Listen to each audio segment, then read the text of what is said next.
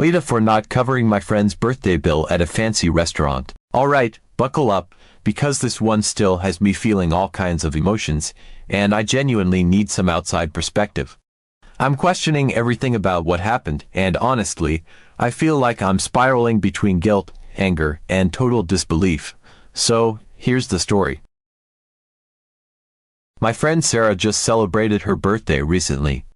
Let me give you some background so you understand the dynamics. Sarah and I have been close for years. We met in college, and she's the kind of friend who can light up any room. She's bubbly, super social, and always has this magnetic energy that draws people to her. We've been through a lot together: breakups, career struggles, late-night heart-to-hearts. She's someone I genuinely care about, and because of that, I've always gone out of my way to make her feel special, especially on her birthdays. In the past, I've organized surprise parties for her, gotten her thoughtful gifts, and made sure her day was all about celebrating her. I love doing it because I know how much it means to her. So when she sent out a group text about 2 weeks before her birthday, inviting a bunch of us to dinner at her absolute favorite restaurant, I was excited. The invite was casual: "Hey, let's celebrate my birthday at restaurant. It's my favorite place, and I'd love to see you all there." It sounded fun, and I thought it'd be a great way to catch up with everyone and celebrate Sarah. Here's where things start to get a little tricky. To be totally transparent, I'm on a tight budget right now. I've had a lot of unexpected expenses lately: car repairs, medical bills, you name it, and I've been really careful about where my money goes. I'm not broke, but I definitely can't afford to be throwing cash around. Still, I told myself, it's Sarah's birthday. You'll figure it out. I didn't want to miss her big night, and I assumed I could get away with ordering something small and sticking to water. I mean, how bad could it be? Fast forward to the night of the dinner. I show up at the restaurant, and right away, I'm hit with just how fancy this place is. It's one of those upscale spots where everything feels expensive. The lighting is dim, the decor is all sleek and modern, and the waitstaff are in perfectly pressed uniforms. I hadn't looked up the menu beforehand, rookie mistake, but as soon as I sat down and opened it, my stomach dropped. Everything was insanely expensive. Like, we're talking $50 for the simplest entree, appetizers were $20, $30, and cocktails were $15, $20 each. At this point, I'm already mentally recalculating my budget and trying not to panic. I decided I'd just order the cheapest dish I could find, a plain pasta dish for $48, and stick to water.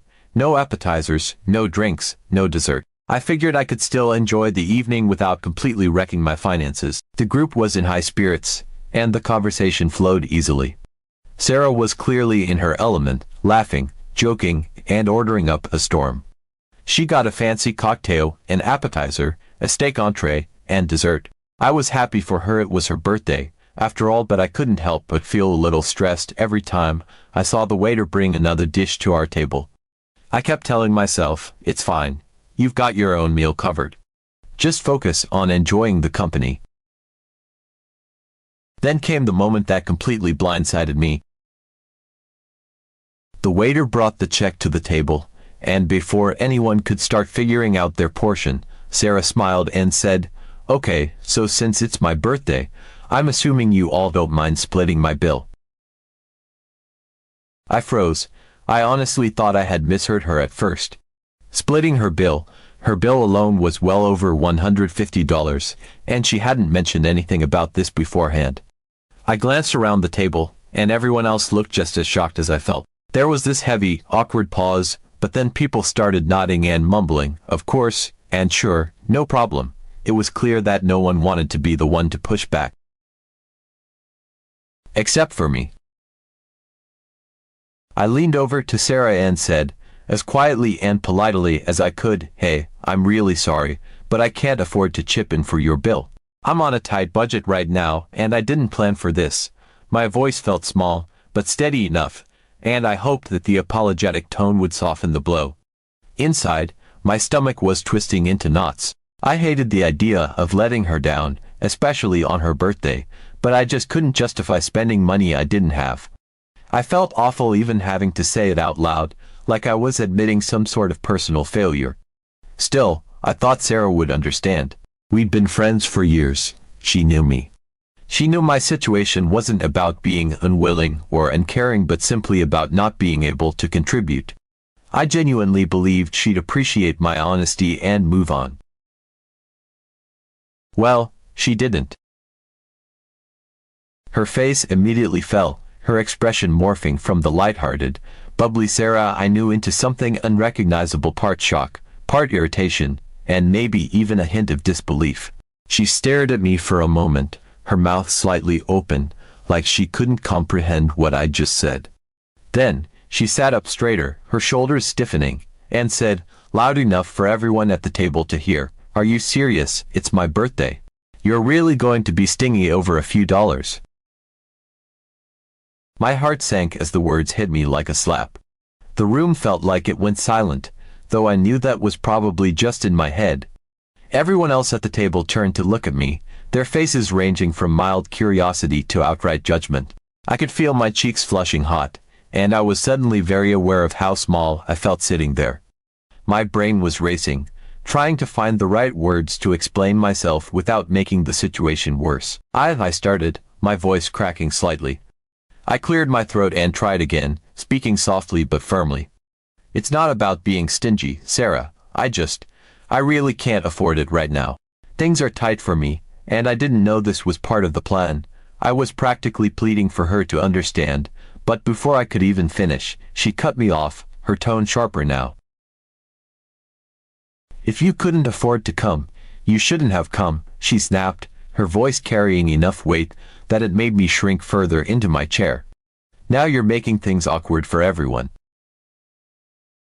At this point, some of the others started chiming in, agreeing with her. "It's kind of customary to treat the birthday person," one friend said. Another added, "Yeah, it's just what you do. It's a special occasion." I felt completely blindsided and ganged up on. I wanted to crawl under the table and disappear. I ended up quietly paying for my own meal and leaving early. On my way out, I heard Sarah complaining to someone else about how I'd ruined her birthday by being difficult. When I got home, I just broke down. I felt humiliated and guilty, but also angry. I've always gone out of my way to make Sarah's birthday special, but this felt so unfair. How was I supposed to know she expected us to split her bill? If she'd mentioned it in the invite, I would have politely declined the dinner and celebrated with her another way. Springing a $150 expense on us at the last minute felt manipulative, and her reaction made me feel like I was the worst friend in the world. Since then, I've gotten mixed feedback from our friend group. Some people have told me I should have just sucked it up and paid to avoid drama. Others have said Sarah was out of line for expecting us to cover her bill without giving us a heads up. I haven't talked to Sarah since the dinner, and honestly, I don't know where our friendship stands. So, Reddit, AITA for refusing to split her bill. Or was Sarah out of line for expecting it in the first place? I genuinely don't know anymore. Update 1. A few days after the dinner, I was still feeling unsettled about everything that had happened. I kept replaying the moment Sarah called me stingy and how the entire table had stared at me like I'd committed some cardinal sin. I couldn't shake the feeling of humiliation, and it lingered like a weight on my chest. I'd done my best to brush it off and move on, but the entire situation just felt so unfair. I hadn't gone to that dinner expecting anyone else to pay for me, and I certainly hadn't anticipated being blindsided with Sarah's unspoken expectation to cover her massive bill. Still, I tried to bury it and focus on other things, hoping the awkwardness would eventually fade. That hope was dashed when Sarah called me a few days later. I remember staring at her name on my phone screen, my stomach twisting into knots. I debated not picking up, but a part of me thought, maybe she wants to apologize. Maybe she realized she overreacted. Against my better judgment, I answered. "Hey, Sarah," I said cautiously, already bracing myself. Her tone was calm at first, but it carried that unmistakable edge that told me this wasn't going to be a pleasant conversation. She said she wanted to talk about what had happened at the restaurant, and for a brief moment, I felt a flicker of relief. Maybe this was her way of mending things, but as soon as she started talking, I realized I was wrong. Sarah launched into a detailed account of how hurt she was by my behavior that night. She told me that she'd been deeply disappointed in me and that what I did wasn't how friends should act. She said I'd embarrassed her in front of everyone on her special day and that I'd made her birthday dinner awkward and uncomfortable for the entire group. I listened in stunned silence as she laid out her grievances, each word hitting me like a fresh blow.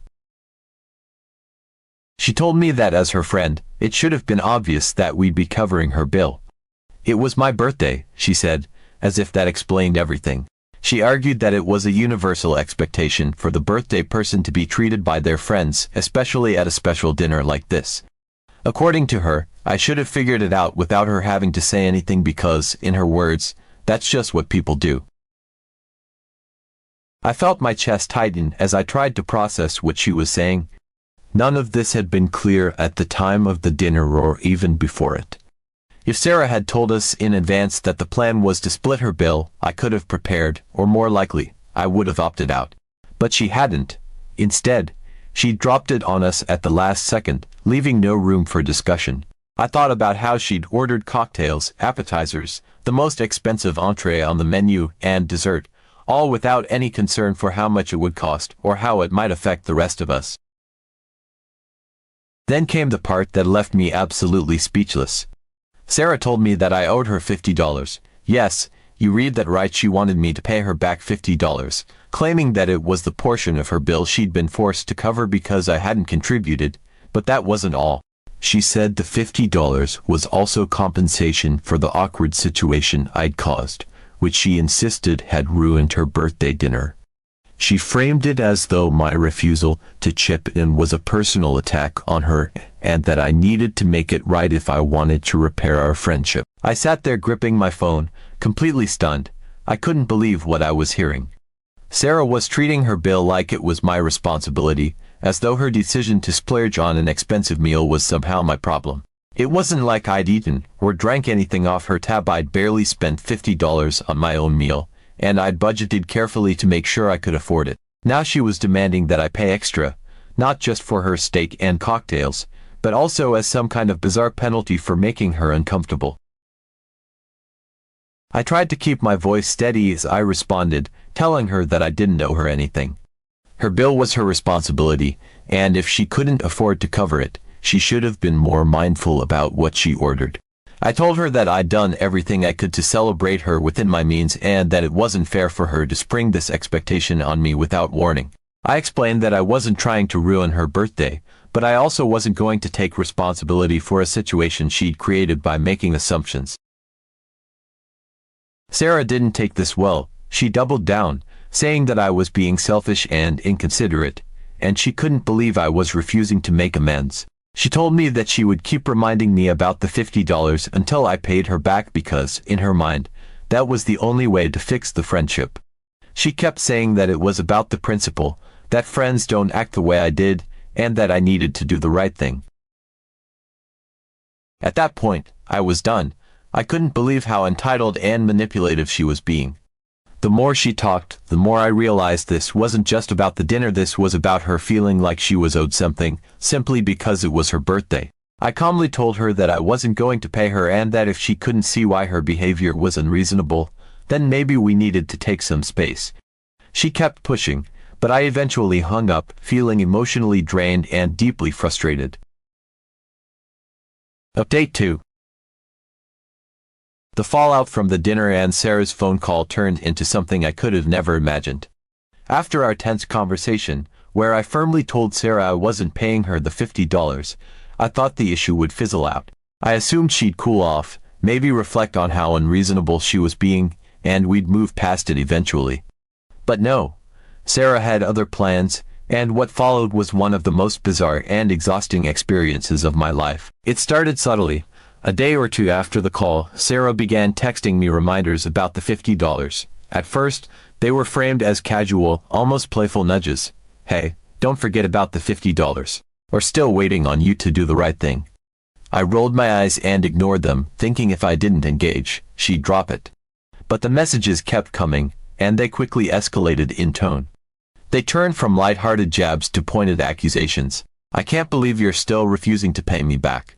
This says a lot about you as a person. Then, you're not just hurting me, you're ruining our friendship. All over $50. Unbelievable. I tried to ignore her for as long as I could, but the constant buzzing of my phone became unbearable. Every time I saw her name pop up, I felt a mix of anger and anxiety. I finally blocked her number, thinking that would be the end of it. I was wrong. Sarah wasn't about to let this go that easily. Not long after I blocked her, Sarah found new ways to escalate things. She started messaging me from different accounts, and it felt like she was determined to invade every digital corner of my life. At first, it was through her existing social media accounts. She sent me long, rambling DMs where she alternated between painting herself as the victim and accusing me of being a terrible friend.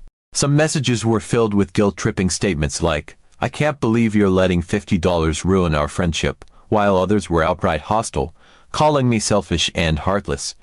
She seemed to think that if she threw enough accusations at me, I'd finally cave. When I blocked her main accounts, I naively thought that would be the end of it. Instead, she started creating new accounts, random profiles with generic names and pictures. Each time I blocked one, another popped up within hours. The messages became a relentless stream of manipulation and blame. She'd say things like, "How could you do this to someone who's always been there for you? And I've never treated you this way, so why are you doing this to me?" It was exhausting. It felt like no matter how many doors I tried to close, she kept finding another one to force open. Her tactics varied too. Some messages were pages-long essays about how deeply I'd hurt her, peppered with passive-aggressive remarks about what kind of person I must be. Others were sharp and cutting, designed to make me feel small. "I hope you know everyone sees what you're really like now." It was emotionally draining. I started to dread checking my phone because it felt like there was no escape. Blocking her over and over didn't even feel satisfying anymore, it just felt futile. Then came the group chat drama, which was a whole new level of mortification. Sarah sent a massive, detailed message to the group chat we shared with our mutual friends. It was so long that it came in multiple parts, each one dripping with dramatics. She recounted the dinner in painstaking detail, twisting the story to make herself look like the victim and me the villain. According to her, I had humiliated her on her birthday by refusing to celebrate her properly. She made it sound as though my actions had been premeditated, like I'd gone to the dinner with the explicit goal of ruining her night. She even threw in little digs about how everyone else had been willing to step up, painting me as the one selfish outlier who had refused to do the bare minimum. What made it worse was the way she harped on the $50. She didn't just mention it in passing. She framed it as the crux of the entire issue, saying things like, "It's not about the money, it's about respect and principle. It's about what friends do for each other." She made it sound like I'd committed some grave betrayal, all because I hadn't chipped in for her steak and cocktails. It was mortifying to see her air this dirty laundry in front of everyone, especially since so many of the people in the chat didn't know the full story. I wanted to jump in and defend myself, to explain how unfair and unreasonable she was being, but I decided against it. I figured it would only add fuel to the fire, and honestly, I didn't have the energy to engage. I hoped the people who really knew me would see through her theatrics. But Sarah wasn't content to stop there. She began privately messaging people from the group chat, recruiting them as her personal army to put more pressure on me. It started slowly, just one or two people reaching out. At first, the messages seemed innocent enough, like they were genuinely curious about what had happened. They would say things like, "Hey, I heard there was some misunderstanding at Sarah's dinner. Maybe you should just talk to her," or "Sarah told me about the $50 thing. Is everything okay between you two?" But as more and more people started messaging me, it became clear this wasn't just concern, it was a coordinated effort. Sarah wasn't just venting to them, she was actively persuading them to step in on her behalf. Suddenly, I was bombarded with messages from people I barely knew, some of whom had only met me a handful of times. They weren't just asking questions anymore, they were actively taking sides. "I don't understand why you can't just pay her back. It's only $50, one message read. Another said, "Honestly, it seems kind of petty not to settle this. It was her birthday, after all." The tone varied depending on the person. Some people were clearly uncomfortable being dragged into the drama. Their messages were more cautious, almost apologetic, like they didn't really want to be involved but felt obligated to say something. Others, though, came at me full force, outright accusing me of being selfish, cheap, and even cruel. "How can you call yourself her friend and not treat her on her birthday?" one person wrote, adding, "This whole situation makes you look really bad." The worst ones weren't even trying to be subtle, they flat out told me I was in the wrong and needed to grow up or stop being so stubborn. It felt like an ambush. My phone wouldn't stop buzzing, and every time I saw another notification, my stomach would clench with dread. No matter how many times I explained that I didn't owe Sarah anything, that her bill wasn't my responsibility, and she had never told us we'd be covering her meal, it didn't seem to matter. They either didn't believe me, or they didn't care. Most of them just wanted the drama to end, and they saw me as the easiest target to fix the situation. It was overwhelming, and no matter what I said, I felt like I was talking to a brick wall. As if that wasn't enough, Sarah took things to a whole new level by airing everything on her social media. She posted a long, self-pitying message about how her birthday had been ruined by a so-called friend who had refused to celebrate her properly. The post was carefully worded. She didn't name me outright, but she included just enough details that anyone in our circle could figure out who she was talking about. She painted herself as the victim of my supposed selfishness, claiming that all she had wanted was a nice evening with her friends and that I had turned it into a stressful and hurtful experience. The post wasn't just a passive-aggressive dig, it was a full-blown attack on my character. Sarah twisted the story to make it seem like I had outright refused to pay my share of her birthday dinner, leaving her to cover the cost alone, while everyone else had stepped up. She left out the part where she had blindsided us with her expectation to split her bill after the meal was over, and she certainly didn't mention how expensive her orders had been. Instead, she framed it as though I'd deliberately chosen to disrespect her on her special day. The post blew up among her circle of friends. People flocked to the comments to offer their support and outrage on her behalf. "You deserve better friends," one person wrote. Another said, "Wow, some people are so selfish. I can't believe someone would treat you like that on your birthday." There were dozens of comments like this, each one piling onto the narrative that I was the bad guy in this situation.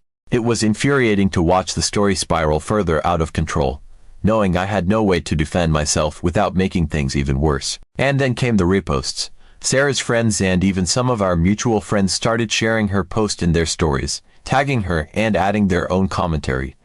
Some of them said things like, "We love you, Sarah. You deserve all the happiness in the world." While others were more direct, writing, "Can't believe someone would do this to you." Some people just don't know how to be real friends. Seeing those reposts was like a punch. People I'd considered friends, or at least friendly acquaintances, were publicly siding with Sarah without even hearing my side of the story. By this point, I was at my breaking point. My phone was constantly buzzing with messages from random people, Sarah's endless new accounts, and mutual friends pressuring me to make things right. I couldn't escape it, no matter what I did. I started to dread every notification, every ping, every mention of Sarah's name. It was like this $50 had taken over my entire life. I tried to stay strong, to hold my ground, but the stress was overwhelming. I wasn't sleeping well, and I found myself snapping at people over little things. I felt trapped. Finally, I broke. I decided to give Sarah the $50, not because I believed I owed it to her, but because I couldn't take it anymore. I just wanted it to stop the messages, the posts, the endless harassment. I figured paying her off was the quickest way to end this nightmare, so I transferred the money to her with a short message. "Here's your $50, please leave me alone."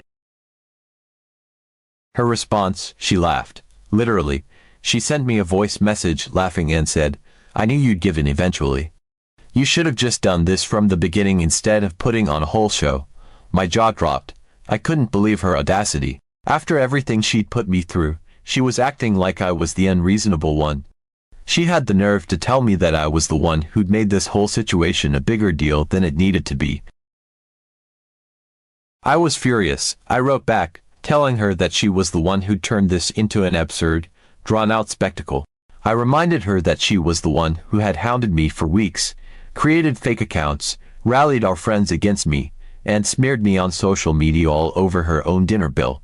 I told her she should be ashamed of herself and that this $50 wasn't a reflection of my guilt, but of my exhaustion from her relentless harassment.